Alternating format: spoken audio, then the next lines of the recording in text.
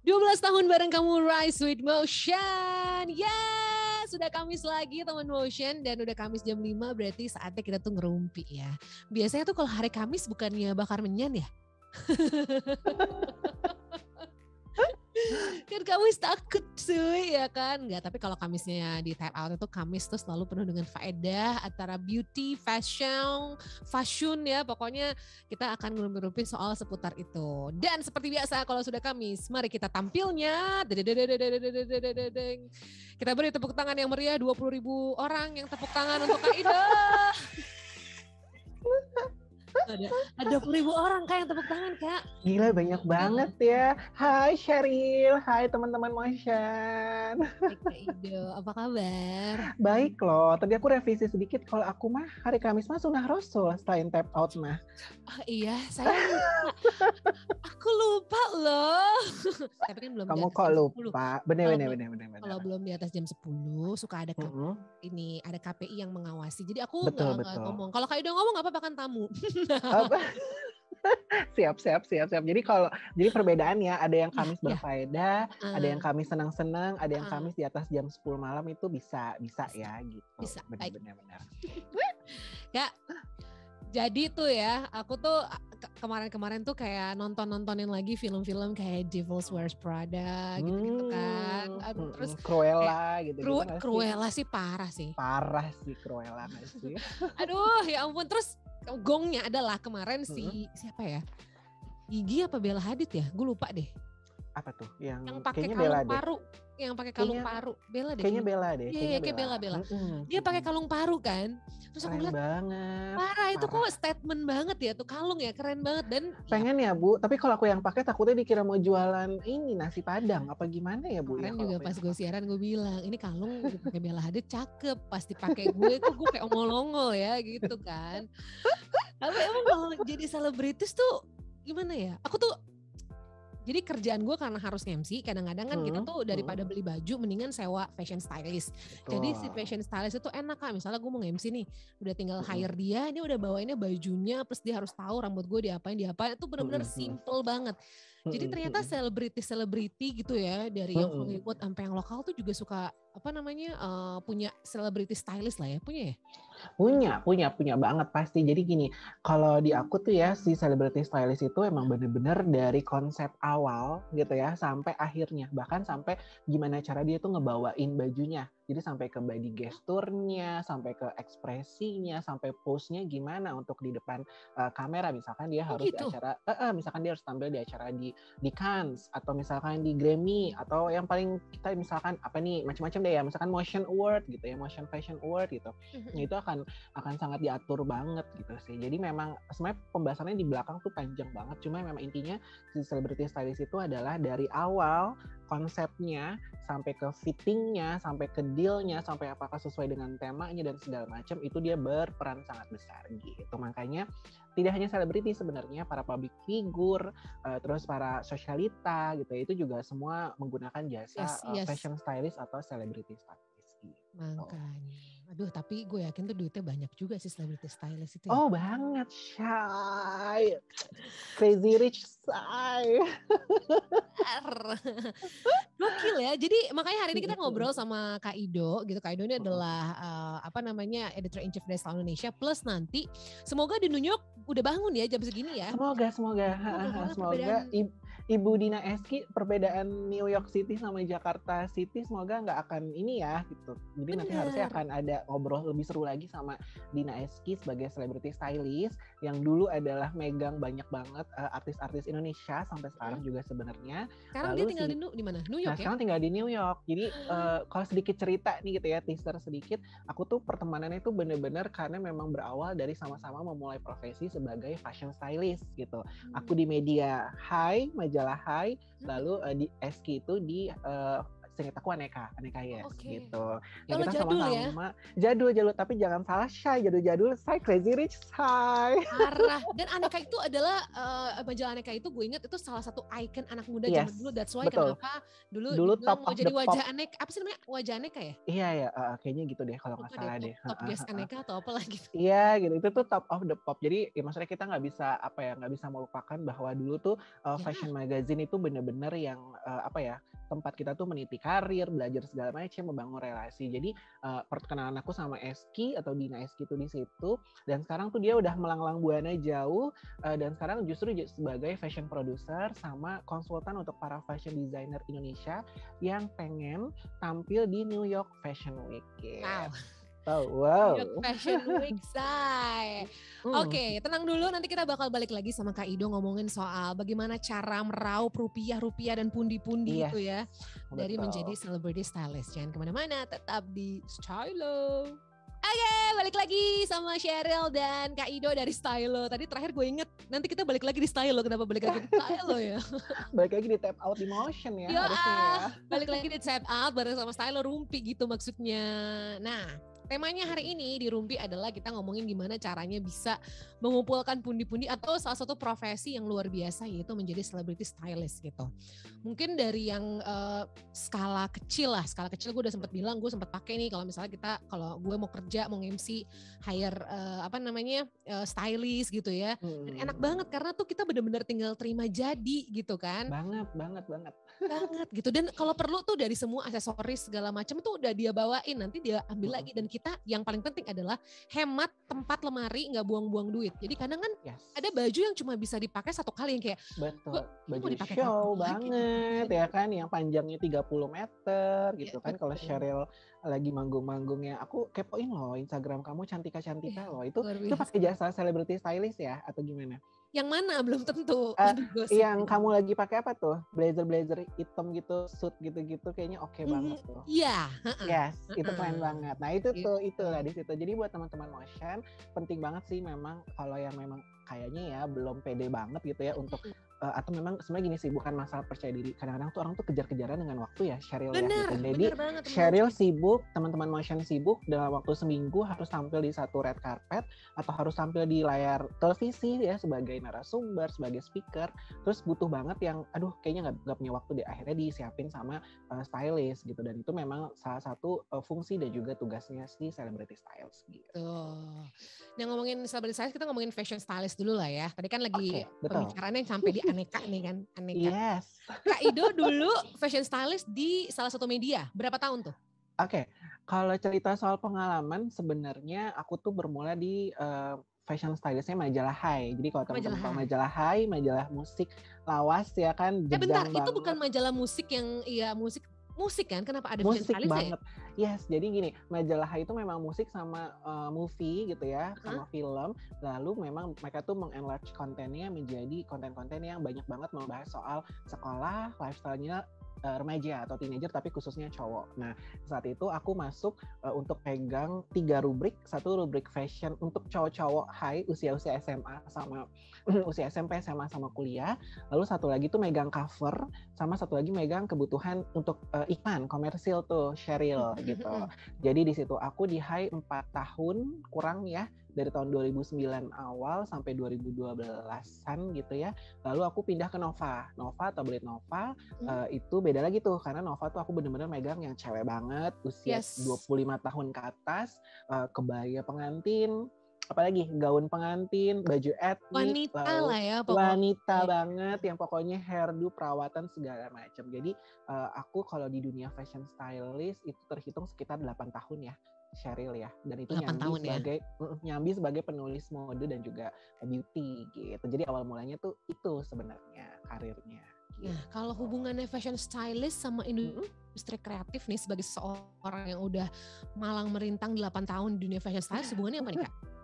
Oke, kalau boleh sedikit cerita juga ya. Jadi fashion stylist itu adalah sosok kreatif di balik industri kreatif nih Sheryl yang bertugas menentukan konsep berpakaian. Jadi bisa untuk klien, bisa untuk sebuah project sesuai kebutuhannya kita gitu ya, atau tuntutan ataupun keinginan. Nah ini beda ya Sheryl ya, jadi antara kebutuhan, keinginan, dan juga tuntutan itu sangat berbeda. Karena peran pentingnya seorang fashion stylist itu adalah menjaga komposisinya agar selalu pas dan tidak bertabrakan sehingga nyaris sempurna. Nah aku ambil contoh simpelnya gini, aku lagi nanganin satu pemotretan cover untuk sebutlah majalah Hai. Konsepnya adalah misalkan rocker gitu. Terus tiba-tiba ada satu artis atau musisi yang lagi hype banget, pengen diajak sebagai foto cover, tapi sebenarnya secara karakter dia tuh sangat feminim banget. Gitu. Paham nggak? Oke, misalkan sebutlah artisnya A, feminim banget, biasa dengan dress, gaun, tiba-tiba pengen jadinya rocker, lady rocker. Nah, aku harus masukin antara konsep yang dipengenin sama pemimpin redaksi atau para teman-teman kreatif di belakang majalah Hai dengan bentuk tubuhnya, kepribadiannya si artis A ini. Tapi kan aku kan juga bertuburkan dengan artis ini kayak aku nggak nyaman, aku nggak suka, ini bukan aku banget. Nah, tiba-tiba nih ada tuntutan lagi nih masuk bahwa majalah Hai itu begini ya konsepnya, pakemnya begini ya. Jadi nggak bisa tuh ada dress bunga-bunga lady rocker pakai macem-macem, nah kayak gitu lah. Jadi harus begini. Jadi itu aku harus bisa berada di tengah-tengah, gimana artisnya juga tetap comfy gitu ya, nyaman. Terus ketika pose juga dia juga kayak oke, ini gue banget, atau gue siap. Si majalah Hai-nya juga sebagai kreatif director tuh orang-orang di belakangnya. Nah ini baru Hai. Nah di situ tuh Sheryl peran seorang fashion stylist. Jadi antara kebutuhan, tuntutan sama keinginan itu harus seimbang. Gitu. Jadi ibaratnya kalau itu masalah majalah, ibaratnya mempertemukan antara kebutuhan klien dan kebutuhan si talentnya lah, gimana? Yes, keinginan sama karakter si talentnya gitu. Gimana caranya jangan sampai apalagi nanti ada iklan masuk, misalkan sebutlah ya satu minuman penyegar gitu, kayak bilang nggak dapet, ini kita nggak dapet kayak gini. Nah itu kamu harus, nah itu fashion stylist yang di situ jam terbang fashion stylist tuh diuji lah kalau aku bilang iya. Bener. Karena fashion stylist mesti tahu nih, misalnya dia mau menghadiri acara apa, let's say acara launching sebuah handphone gitu ya. Nah handphone ini pasarnya apa nih gitu kan, si pasar handphone lagi launching apa, pasar anak muda kah, pasar apakah, pasar apakah, dicampur sama karakter orang yang datang. Betul.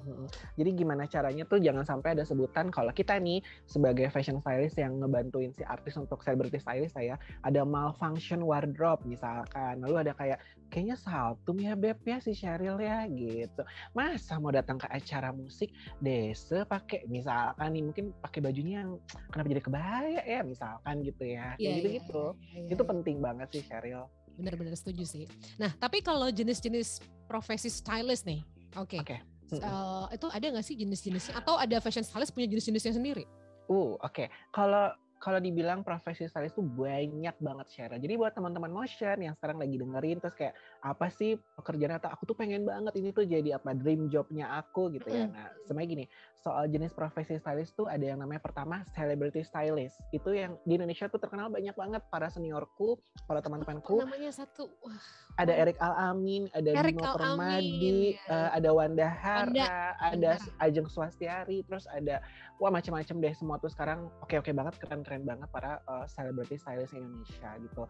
Lalu ada commercial stylist. Ini biasanya bisa jadi orang-orang yang aku sebut tadi atau memang orang-orang di balik layar Sheryl gitu. Contohnya misalkan gini, kayak aku juga sering banget dimintain tolong gitu untuk beberapa commercial stylist, baik untuk di mall, untuk satu project, 2 project gitu. Aku sering banget bantuin. Jadi itu bisa juga kayak gitu. Nah, yang ketiga ada magazine media stylist. Kayak aku kemarin tuh Sheryl yang ngurusnya apa sih Kak? Fashion spread. Ya kan, udah setiap hari makanannya fashion spread sama cover. Ya kan, kalau selain itu habis itu titipan dari klien-klien yang kayak mereka placement di satu majalah itu, misalkan sebutlah satu brand beauty, brand fashion, brand sepatu, brand apa, dia pakai jasanya si media kita, lalu dia minta semua konsep dari stylist lo gitu. Nah itu di situ berperan. Yang berikutnya ada movie atau TV stylist. Biasanya itu kita bilangnya fashion director atau wardrobe. Ya. Nah, clear ya. Nah, itu Ya, juga ya. jadi satu profesi yang menurut aku sekarang makin dicari lagi karena peminatnya juga peminatnya banyak, kesempatannya juga besar, dan TV-TV juga banyak banget acaranya. Sehingga memang butuh tuh gitu ya namanya wardrobe.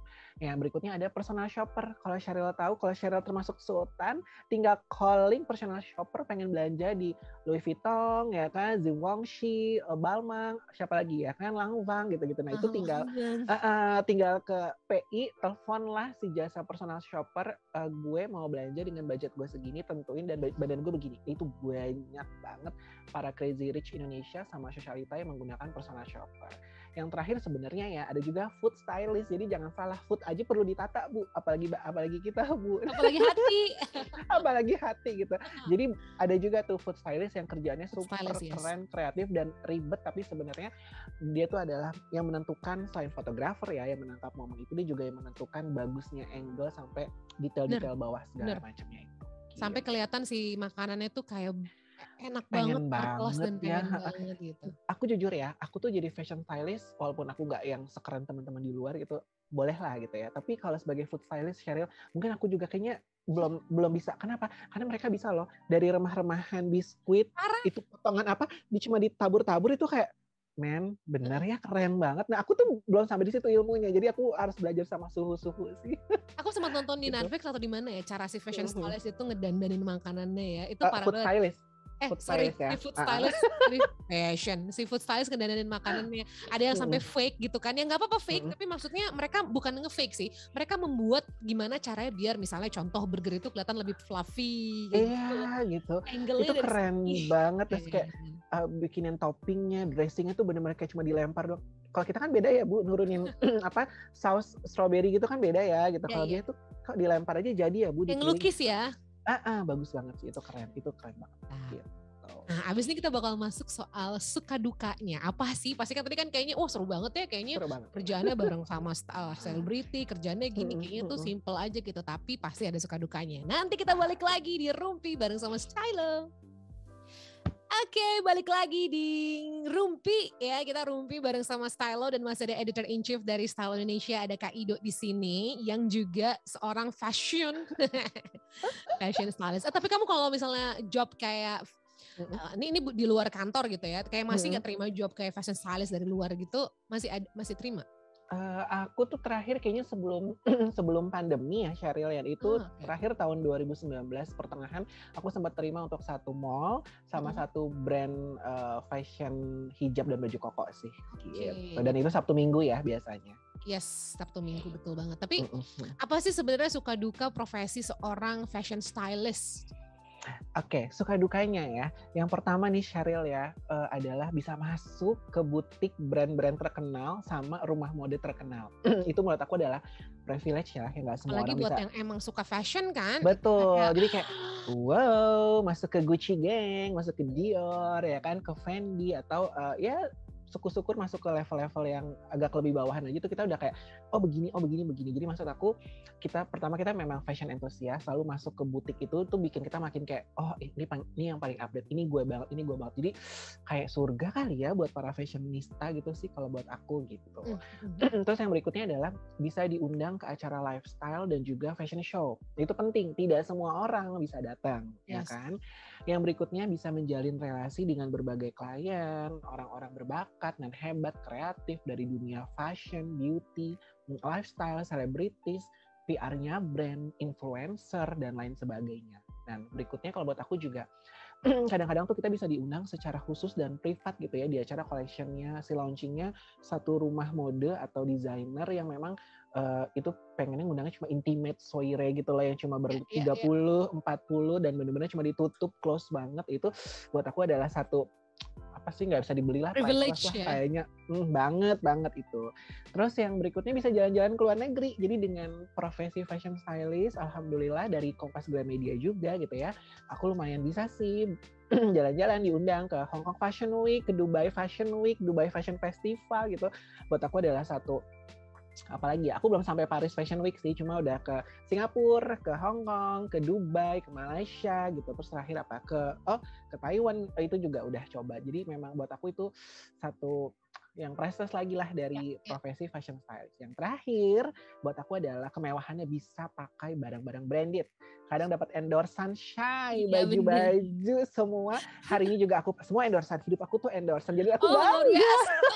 Luar biasa hidupnya ya. Luar biasa. Jadi jangan percaya kalau selebriti sultan di luar itu punya banyak duit buat beli bajunya, kadang juga endorsan semuanya. Endorsan Shy. Jadi kalau aku semenjak jadi fashion stylist lalu kerja di media, kayaknya hampir deh baju-baju outfit aku yang baju untuk keluar ya gitu, aku kayaknya udah hampir nggak pernah beli sih Sheryl. Bahkan dibuatin khusus, lebaran dibuatin khusus, semuanya scarf, sepatu apa di endorse gitu. Jadi thank you itu sih, itu privilege-nya.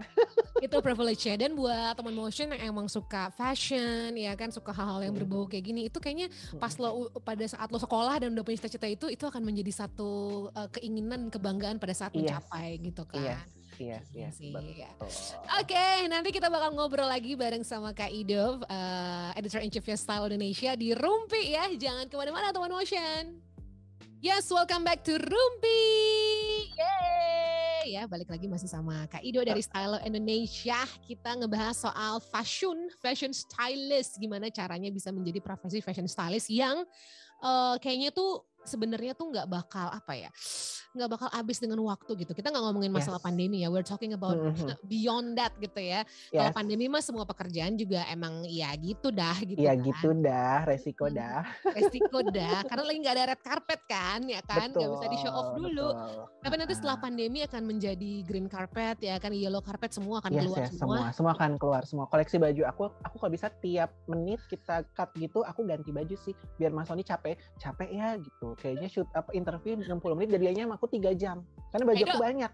Nanti setelah pandemi ya, kita akan update kondisi setelah pandemi bener turun gitu ya, kita akan nanya Kak Ido gitu ya, gimana Kak Ido? Ini gue rasa Kak Ido ntar pas udah dibuka semua, kalau perlu ya ke mall itu dia pakai baju yang luar biasa ya kan, ke kantor kalau itu luar biasa. Luar biasa. Aku nanti ke kantor motion aja tuh bisa. Pokoknya Sheryl boleh nggak di cut kedua aku ganti baju, ribet. Aku tuh ribet. Nanti ditimpukin sama teman-teman motion lama banget. Luar biasa. Ini aja di rumah kayak gini loh tuh kan. Tuh kan, jangan lupa bawahnya mah celana gemas, atasnya aja. Kita lanjut ya, tadi udah sukanya jadi fashion stylist nih teman motion. Tapi Pan gue Betawi bener. Tapi kan kalau misalnya semua profesi ada dukanya dong pasti. Dukanya tuh apa sih Kak? Oke, kalau dukanya, jadi siap-siap nih buat teman-teman motion yang dimarahin klien. Abis ini pengen coba ya. Jadi yang pertama, kadang kita harus bayar baju, gantiin baju atau aksesoris yang rusak.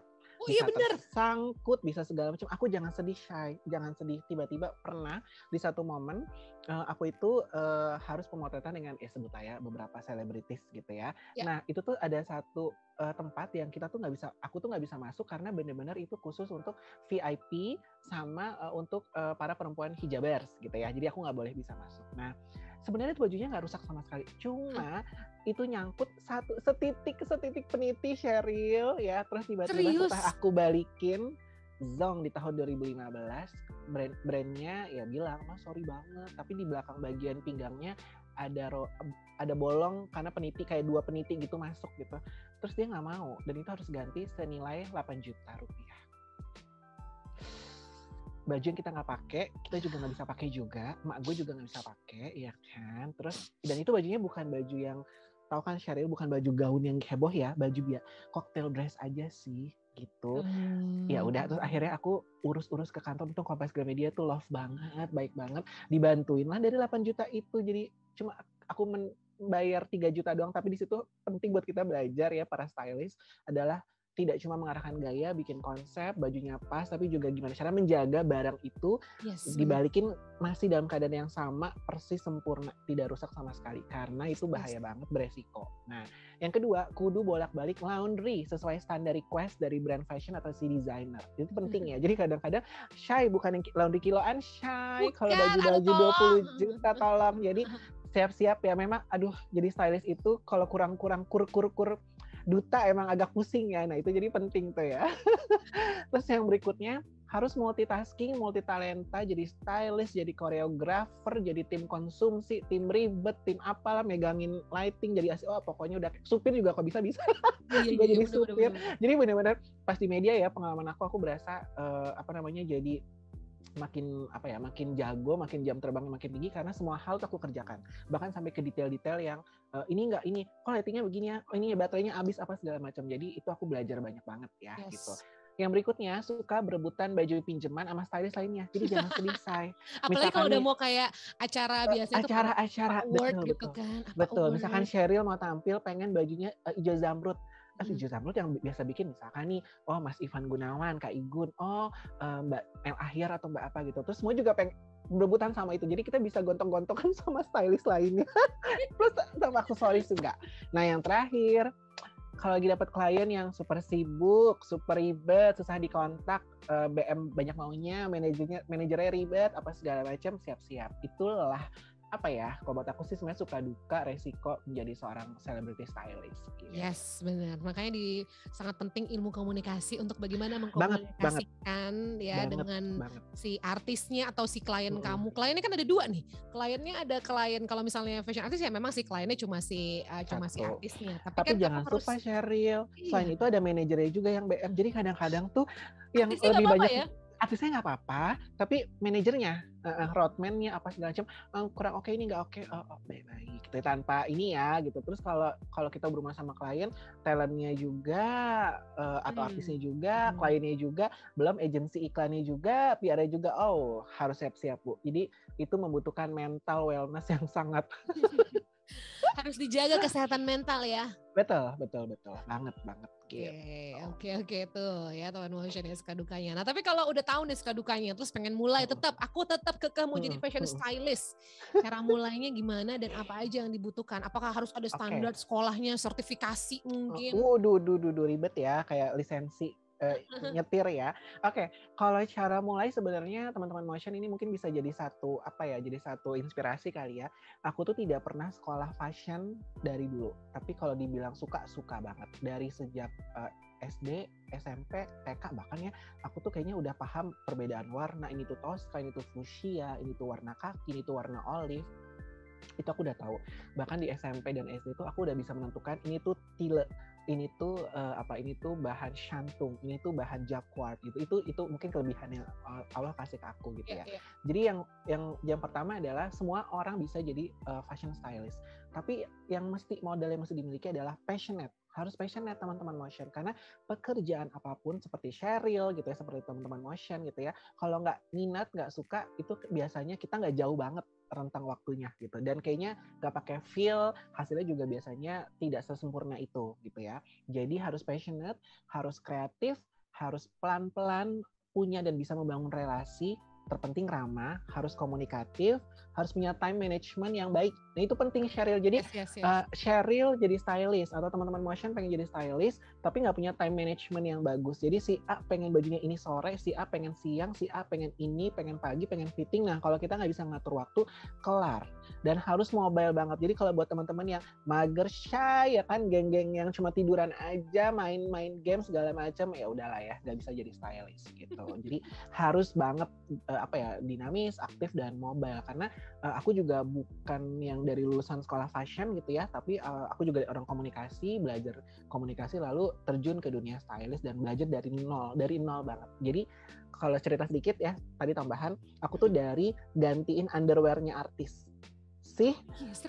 Underwear-nya para atlet segala macam sudah aku lakukan, dan aku tuh dari asisten. Jadi dari ngebawain cuma barang sampai jadi kayak gini. Nah, ini buat aku adalah pesan moralnya adalah nggak ada yang instansi Sheryl untuk nyampe di posisi yang sekarang. Jadi semua tuh butuh proses, kecuali kita keluarga Sultan ya, say. Kalau kita biasa-biasa aja. Keluarga Sultan aja ada yang habis duitnya. Betul, jadi semua tuh butuh proses, nggak ada yang buat aku ya Sheryl dalam setahun 2 tahun itu udah di atas gitu. Buat aku sih ya, kalau mau berada di atasnya lama ya udah harus menjalani proses itu dari bawah gitu sih. Mantap betul nih, yang luar biasa. Oke, tahan dulu di situ, nanti kita bakal balik lagi ngobrolin soal seputar karir menjadi fashion stylist ini. Jadi jangan kemana-mana, tetap di Rumpi Bareng Style. 12 tahun bareng kamu, Rise with Motion masih di Rompi bareng sama Stylo. Ada Kak Ido, editor-in-chiefnya Stylo Indonesia ya. Yeay. Kita tuh udah berasa ikrip banget loh ketemu, padahal belum pernah ketemu aslinya, selalu di Zoom.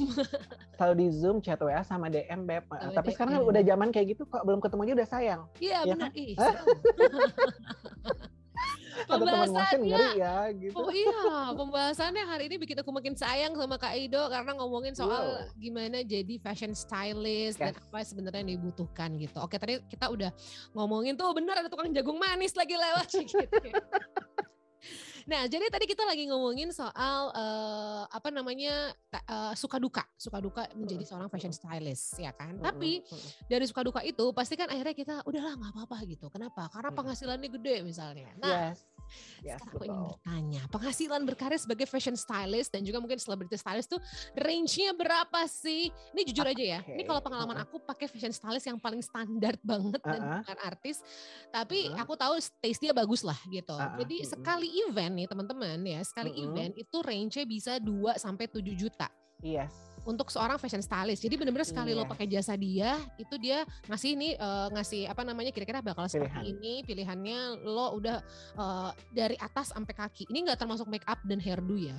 Yes, betul. Gitu. Betul banget, betul. Oke. Kalau ini apa nih, kita ngomong pendapatan dulu atau apa? Dari sisi apa dulu pendapatannya? Oke. Kalau aku di luar gaji bekerja gitu ya, sebagai tadinya kan aku penulis mode gitu kan, lalu jadi di fashion stylist gitu kan. Nah, kalau side job tergantung sebenarnya ini skala eventnya. Skala event tuh ngaruh, Sheryl gitu. Kalau kita jadi celebrity stylist, misalkan anggaplah aku pernah nyiapin 1, 2, 3 finalis Indonesian Idol atau pemenang sih bisa dibilang pemenang kedua Indonesian Idol untuk satu event dan juga apa. Nah itu biasa aku mengukur gini. Pertama adalah aku butuh, ada faktornya nih Sheryl, ada beberapa faktor. Yang pertama, apakah aku harus menyiapkan beberapa pilihan, itu satu. Yang kedua adalah skala eventnya. Eventnya hanya untuk tampilan biasa aja, skala menengah atau skala yang besar banget ya kan, karena kan aku butuh juga busana-busana yang mendukung gitu kan untuk tampilannya. Yang berikutnya adalah apakah aku harus standby di acara itu penting karena di situ hitungannya berbeda lagi. Nah kalau udah sampai sini udah clear, itu biasanya ketahuan tuh gitu. Anggaplah Sheryl satu artis yang memang untuk pengen tampil di sebuah misalkan event award gitu ya, satu aja aku butuh yang begini-begini segala macam. Itu biasanya di angka, benar kata Sheryl. Kalau si artisnya kelas A-lister ya, itu biasanya karena dia pengennya pastikan dress apa, gaun si biasalah ya, brand apa, desainer apa, itu biasanya di angka 9 sampai dengan 15 juta. Itu satu kali loh. Satu kali tanpa hairdo, tanpa apa, tapi aksesoris, sepatu biasanya mereka juga kadang pengen pakai sepatu sendiri ya, karena memang lebih nyaman. Gitu. Tapi kita juga udah nyiapin gitu. Itu di angka segitu ya, di angka around 15 juta, 10-15 juta. Itu untuk artis A-lister. Nah, beda lagi kalau memang misalkan dia itu adalah artis yang aku cuma tampil di acara pagi, butuh yang simple aja, casual aja, tapi tetap artis yang A-lister. Itu juga biasanya di angka 5 sampai dengan 10 juta. Gitu ya, itu juga yang standar. Lalu ada juga yang memang aku tuh benar-benar cuma buat tampilan biasa aja, buat bla-bla segala macam, casual banget buat ketemu sama teman-teman, tapi bukan on air, off air gitu ya. Nah, itu juga ada acara. Nah, itu biasanya di angka 3 sampai dengan 5 juta, Sheryl. Tapi itu kan 3 tahun lalu ya. Nanti kan mungkin setelah pandemi beda lagi gitu. Itu sih Sheryl. Jadi dan aku juga pernah tambahan sedikit, aku juga pernah megang satu event yang eventnya cukup besar ya. Itu eventnya 2 hari. Aku harus mengerjakan hari pertama company profile untuk para direksi perempuan untuk tampilan company profile-nya. Terus yang hari keduanya aku harus mengatur untuk videonya gitu ya. Nah untuk yang pertama nih ya, tampilan si direksi perempuannya itu, CEO perempuannya itu bisa di kisaran 30 si Sheryl untuk satu kali project ya, gitu di angka 30 sampai dengan 40 gitu. Dan itu anggaplah aku nyiapin untuk 5 orang gitu ya. Nah itu di angka segitu direksi itu. Dan hari keduanya untuk videonya itu lebih mahal lagi. Apalagi kalau video ya, karena kan video konsep, standby, lalu kan approval, revisi dan segala macam. Wah itu pokoknya menjanjikan lah kalau kita megang video sih sama film. Gitu. Yes benar, dan juga makanya penting banget koneksi ya. banget koneksi, makanya tadi aku bilang harus ramah, harus bisa mau kenalan sama orang, jangan belum apa-apa udah udah ngangkat dagu, udah belagu gitu ya. Aku nggak suka tuh sama si ini padahal belum kenal gitu, atau kayak aduh ribet banget ya, aduh ini bukan tes gue. Kalau aku ketika kita bekerja sama orang, jadi sama kayak aku misalkan gini, Sheryl butuh bantuan aku atau si artis A dan B, buat aku dia kepuasannya dia itu yang pertama, sama kita harus tahu bahwa jangan ngubah yang bukan dia gitu, itu penting gitu. Kalau apalagi untuk arahnya yang dia tuh nggak nyaman sampai harus kayak ini gue banget nih, terlalu turun, ini tuh aduh warnanya nggak gue banget, gue jadi hitam, gue nggak pede, itu jangan gitu. Jadi buat aku ketika udah kerja sama orang, apalagi kan ini jenisnya jasa ya Sheryl ya, sebenarnya kita harus ngikutin sih apapun yang dia mau, tapi kita ngasih pandangan kita, nanti kita bisa bilang kalau kamu memilih opsi yang A nanti jatuhnya begini, kalau opsi yang B begini. Jadi maksudku biar klien juga puas dan mereka tuh dapat gambaran pilihan juga. Gitu. Betul banget. Nah, ini sambil nanti sebelum ada closing statement ya, kita pengen nanya, kita pengen jawab dulu pertanyaan yang udah masuk di postingannya Motion 975 FM dan juga stylo.indonesia.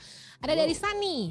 Kak, semenjak pandemi gini aku suka bikin tutorial mix and match. Apakah dengan modal itu bisa dijadikan portofolio untuk bisa melamar menjadi fashion or celebrity stylist?